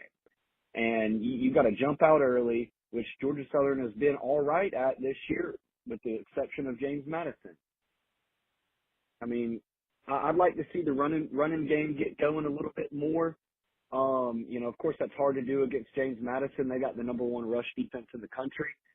But, you know, in the future, I'd like to see Jalen White, you know, get some more carries and O.J. Arnold. You know, Jalen, I thought he was going to be a good, you know, 4th or 5th round draft pick this coming year. And, you know, not his fault that he's not getting the carries. You know, he has been a little banged up. Appreciate it, Josh. Got cut off there, but I think Georgia Southern's going to be fine. I think they ran into a buzzsaw. Ain't much you can really do about that. They'll be ready to go. He'll be ready to go coming up next week. So, yeah, and to go with that call and the previous call, yeah, nobody in any conference wants any part of James Madison right now. Zero. Nobody. This MTSU Liberty game might be one of the best games of the year. It's one of the best games of the year right now. I mean, MTSU, both offenses are playing phenomenal. How's that O-line doing, Swaggy? We're playing off our mishaps. Honestly, the right tackle, he's doing a lot better. I hope you heard what I said. It's the starter. It was the backup. Yeah. Apparently. Oh, I was talking about the backup against Jacksonville State. Yeah. Well, I didn't know that. Well, I feel bad for the kid now. All right. There you go. I've been there. Well, that's why you're able to say it like that. What else we got, Jeff? We got a couple more to get through. Now should be some happy calls. We got a JMU Duke fan. There you go. What is up, guys? It is your favorite friendly JMU fan, Grant Horan. And boy, oh boy, what a difference 3 weeks makes. I know when I called back about week 4, JMU was 4-0, and I was like, oh, man, what is this team doing? We're 4-0, but it has looked abysmal. These wins are just by the skin on our teeth. But with the win against South Alabama and then coming off of this bye week and absolutely laying it on Georgia Southern, oh, man, what a satisfactory win. And I think what makes this win so much more special is not because of what happened last year, but because of all the stuff that was thrown out into the Twitterverse by Georgia Southern fans and us just saying, not so fast. This JMU team is legit. Now, I don't want to be a sore winner, and I think a lot of other JMU fans are very ambitious or boastful, and I'd like to be that one JMU fan that stays somewhat level-headed and keeps our heads, down, all business, results-oriented. Because the fact of the matter is, even though that Georgia Southern team was 4-1, with the only loss being to Wisconsin, if you looked at some of their other wins, they were okay, right? I think what really needs to happen, just like in sales, right, when you finish up a quarter, the slate gets wiped clean. Just each week you got to go 1-0, right? And now we need to focus on the team coming up here for Thursday night football in Huntington, West Virginia. JMU Dukes, Thundering Herd, two absolute giants of the Sun Belt East going at it. I mean, Marshall's lone loss coming to NC State at current. I'm just going to go ahead and assume that today they will take on Georgia State and get that win. If they don't, wow. I mean, tough loss. Regardless, Thursday night football is going to be insane. I think this JMU team is legit. And if we win on Thursday, I mean, NCAA, come on. Get that waiver to us. Give us that exception. Let us play in a bowl game. But at least bare minimum Sun Belt, let us play in the conference championship. Appreciate, guys, what you do, and talk to you soon. Appreciate it, Grant. How about if you get that not enough teams have a winning record to make a bowl game? What happens if JMU gets that draw? I would hate to be the team in that bowl game that draws JMU if that happens. Yeah, especially because it's going to be like the December 27th bowl game that nobody wants to play in anyways. They wouldn't stick them in a new. I mean, no, not a chance. No way. I would like to see, like, if that happened, I would like to see him, as much as I normally would talk bad about this, I would like to see him against a Tulane or an Air Force or a Wyoming, something like that. But a hell of a matchup. All right, well, let's knock out these last handful of ones we have. Let's go to Zach Branner. What's up, guys? This is Zachary Branner. I'm just a little annoyed, yes, about the Pro Football Focus. It's not necessarily a little thing, but at the same time, it's enough to annoy the piss out of a group of 5 fans. Nonetheless, annoys the Troy Trojan faithful. I mean, every edit they made, it was FBS leader. And then it comes to the rusher, because the rusher they said, he's number 4. The other 3 in front of him are a group of 5 guys, a group of 5 players. So it's just funny the route they took there. And it's again, just proves that they belittle and, overlook the group of 5, but whatever. We're all here. We know it. Secondly, honestly, I truly do not like the fact that James Madison can't play for the conference championship or are bowl eligible. I think it is complete, total bullshit. Speaking from a perspective, I'd like to play them again. Don't like, going 0-1 against them. I love to get payback. But 2, they have done a great job. They've been just flat out amazing playing the first 2 years of FBS. So they deserve to have their chance of playing in a bowl game and playing a championship. So why the NCAA is doing this, I don't know. I couldn't tell you. No one can tell you. We don't know why. So I think that's complete bullshit. Secondly, holy hell, the West is wide open. So it's going to be interesting. I'm really, really excited to go down to watch Troy versus Texas State in 2 weeks. That's going to be a great atmosphere. Seeing the videos of Texas State Stadium just fully packed, it's completely different when I was playing, when it was barely, I'd say, 5,000 to 10,000 people there. So seeing that stadium packed over the weekend was amazing. Shout out to Cream Brulee and that fan base. They've been through hell. So again, just excited to see that game. And just, again, overall excited to watch the other group of 5 teams this week. Sit back and just watch, see how other teams do. Really curious to see y'all's take on MTSU. And of course, Doc is a legend there, but at the same time, guys, I mean, I know it's a sensitive subject, I know, but really want to know y'all's take. Is this time up, or does Coach Polley need to get the reins done? Does he need to become the head coach of MTSU? I just want to know what y'all's take is. Well, if they beat Liberty, I don't think he's going anywhere. What? He's going to get extended. But yeah, how about that though? The PFF guys, they're terrible over there anyways, but just ignoring the top 3 guys in the nation. Par for the course, man. Yeah. Although that Notre Dame kid looks like a unit, doesn't he? Good God. I thought he was a linebacker. He is good. I mean, he is a good running back, is. but they just had to get that Notre Dame logo there. Yep, number that's one, exactly what it was. Power 5 running back, a bunch of bull crap. Well, now let me propose a challenge to the rest of the Group of 5 fans. Y'all got to call them out on Twitter because the Notre Dame fan, that's what they're doing. They know the Notre Dame fans are going to click the like button on there, but maybe they think there's not enough Troy fans or whatever fans. But anyway, Zach, we ain't going to talk about our man. Stock's our guy, dude. Not going to happen. All right, It ain't going to beat the O-line coach either. That's one thing we do know. All right. Anyway. Let's get to our last 4, and a couple of these are relatively quick, so we'll knock this out, and then we'll get out of here. Steeple _PC_51. Hey, Group 5 guys, how you doing? It's Steeple _PC_51. As you can hear, there's a little bit more pep in my voice from the last 2 calls. But first of all, I have to give mad respect to Appalachian State on a Tuesday night, pack house, absolutely electric. Felt like I've been to a Power 5 game and the atmosphere was the same. And it just without the upper deck. That's all. The extra 30,000 seats they may have in the upper deck. That atmosphere was amazing. And I got to meet my dude, Stu Wright. I got to give a shout out to him. Very knowledgeable guy.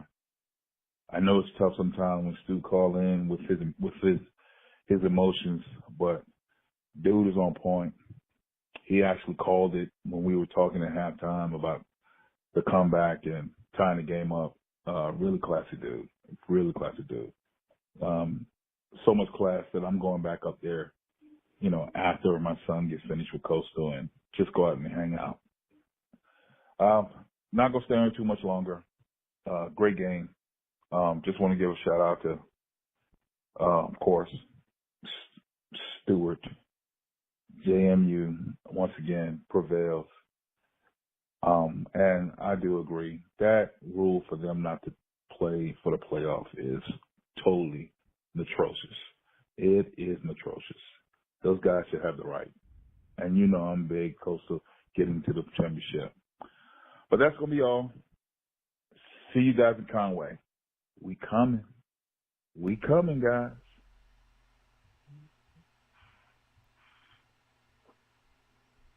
Appreciate it, Steeple. Who knows? Crazier things have happened. What was that unsportsmanlike conduct penalty? I have no idea. We hate each other, so I have no idea. We get a flag. Rick Stockman had a heart attack on the sidelines. This is all rigged. There was no. Did you see it, Tipton? Yeah. We hate each other. An MTSU player after that happened pushed a Liberty player. Oh, God forbid. God forbid. NFL, they get a freaking fight before a game. You can't just nudge somebody. That's BS. Whatever. They just don't want Liberty to lose. Trying to keep Conference USA relevant with a good team. This is bullshit. Whatever. Sorry for language. Bull beat. It's all good. That's ridiculous. Let's knock out these last 3 and go finish watching this game. We still have 3 more. Wow, look at us. Morgan Post. I got your name right, Morgan. Hey, what's up, fellas? Morgan here, resident Tulane fan. Man, what a game Friday night in Memphis. I'm really happy I made the decision to drive over there from Nashville. And I tell you what, Liberty Bowl, iconic venue. Really glad they're doing renovations to it. But man, this Tulane team, I'm so proud of them. We haven't played a full, complete game yet. No offense, defense, special teams. We still made some mistakes. And yet you've got a lot of guys that, just go about their business, from Mekhi Hughes running the ball 26 times for 130 yards. He doesn't have that, breakaway ability that Tajay did, but, every time he gets the ball, he adds that, 2 or 3 yards that we need to make a critical first down or a critical play. Then you've got guys like Cam Pettisville, Lance Robinson, that, just have such great instincts on the outside, really challenge, wide receivers and contest catches all the time. So really impressed with this team, and I'm really excited because now we've got the sold-out homecoming coming up next weekend. It's been sold out since the middle of the summer, and now we're ranked again. And just a couple quick, fast facts for you. We've now been ranked 12 times in the last 2 seasons. That's the most ever in school history. And one of our beat writers pointed out that, just based on game logs, it's the first time we've come back from a double-digit, being down double digits in back-to-back games for probably at least the last 15 years. So I'm just really impressed. And, shout out to all the Tulane fans that came out there. I think we had about a little over 100 or so. So a great group. And I really can't wait to see what happens the rest of the season. So I still think there's some pieces that we can put together. Obviously, there's no denying that I don't think, Michael Pratt's going to be fully healthy for the rest of the year, but he's still able to make some big plays, and we've got so many complementary pieces around him. So let's see what happens. Really excited for homecoming coming up, and roll damn wave. All right. Talk to you guys. Bye-bye. Love it, Morgan. That running back Hughes, I wasn't prepared for him like this year. I don't know why I was overlooking the running game with Spears leaving, but that dude's a star too, man. Really good player. They're just a complete team. Did you see they're selling, like, not that Tulane really has an upper level, but like top row seats for the Tulane game are going for like well over $100, and then the Saints like selling tickets for like $25. Great. You love to see that. Yeah, man. Love to see that. All right, let's get to our last two. Zach Green. What's up, guys? Zach Green here. Really pleased with the big win Liberty got at Jack State last week. It was 31-13, which looked more dominant than it actually was, at least for most of the game. It was really touch and go there for a while. I think it was tied at halftime, but in the second half, Liberty really started to take over and show that they were the better team. We had a 9+ minute drive there later in the second half where the offensive line and the running game, especially Quentin Cooley, really took over. The defense didn't give up any points in the fourth quarter. That's pretty par for the course, though, because I think, if I'm not mistaken, Liberty's only given up 6 points in the fourth quarter all season. So I think that's just a testament to the depth that we have over Jack State, and then maybe even some strength and conditioning and nutrition stuff as well, because we had a really emotional game against Sam Houston just 5 days before, had to travel, we're a little bit banged up, and somehow we still got more dominant in the second half. And so I'm really pleased with that performance, really pleased with the way they prepared. But I am a little bit concerned about the pass rush. It was not great, and I know that could potentially be a problem come Tuesday night against the Blue Raiders. I know Vadiato can sling it a little bit with his receivers. So that's something I would be looking out for. Can we get a better pass rush? And if not, can the secondary hold it down? I do think they will be able to. I think Liberty probably wins, and probably by double digits. But I'm not as comfortable about that as I would like to be. You guys have caused me to respect them a healthy amount, and I trust that the team will as well, because Chadwell's just done a really good job of preparing them every week. So looking forward to this game. Would not surprise me if it's closer than expected, though. And I'm looking forward to hearing you guys' thoughts on it next week. Hopefully I'll be calling in with a win next week, but either way I'll be calling in. So before I go, just a few shout-outs here. Shout-out to Air Force, of course. Good win over Wyoming. Shout-out to Zachary Banner and the Trojans. That big dominant victory at Army. And I'll shout-out Coastal as well. Steeple, I said your team needed to put up or shut up, and they put up this week. So in a hostile environment. So good for them. Sorry, Stu. And then also I've got to do it. I hate to do it, but I've got to shout out that team up north, the Pukes. That was a pretty dominant win there, and they're impressive right now. So it's a great week to be a Group of 5 fan as always. Looking forward to hopefully going 7-0 this week. And Sprouse, thanks for going on the Fan the Flames football podcast.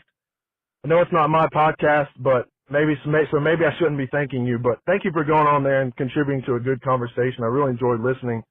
Wish I could have joined as planned, but my technology had other ideas. You guys didn't need me anyways. It was great. So thanks, guys. Flames over everybody. Go Flames. So looking like as he was talking, as that voicemail was going, it looks like Liberty might be starting to pull slow away. down. Yeah, we're starting to slow down a little bit. Yeah, no problem going on the podcast, Zach. So we try to get on there. First of all, I went on the wrong day, but it wasn't my fault. It was Ben's fault. And then Zach gets on there and he has no sound, so we had to kick him out. But had a good time. I talked about this game. I said the thing I always say about Middle. They're good enough to beat anybody on the schedule, but they also can lose. Are bad enough to lose to anybody on the schedule. It's like, man, it's wild. I don't know. Get a stop here, D. We got to get a stop here. All right. What else we got? We got our last one. Sprouse, I think we just end the show with this one, if you're good with it. End it. Yeah.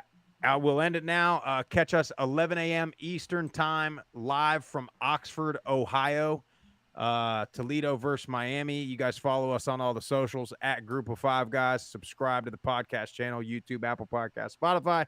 Tell your family and friends about us. Go to groupof5guys.com. Get you some swag. End it, Jeff. Dan the Rocket Man. I think that's Dan Savage, isn't it? Mm-hmm. Got him. Hey guys, this is Dan Savage. Just calling to remind all the Group of Five fans out there to survive in advance. You know, my Toledo Rockets, we snuck out of Muncie with a win this past weekend. I'm just glad to be 6-1 bowl eligible again, 14th straight year. Now we go to Oxford for maybe a big battle, down against the Miami of Ohio Redhawks. I just want to say, you know, Toledo struggled against Western Michigan, struggled to beat Northern Illinois, struggled with UMass for a half. And hey, we beat UMass by more than Miami. We beat Western Michigan by more than Miami. And, heck, just beating Northern Illinois seems pretty good. I'm looking at you, Curtis Rourke, down there at Ohio. So, go Rockets, go Group of Five Guys. Can't wait to meet you guys this weekend.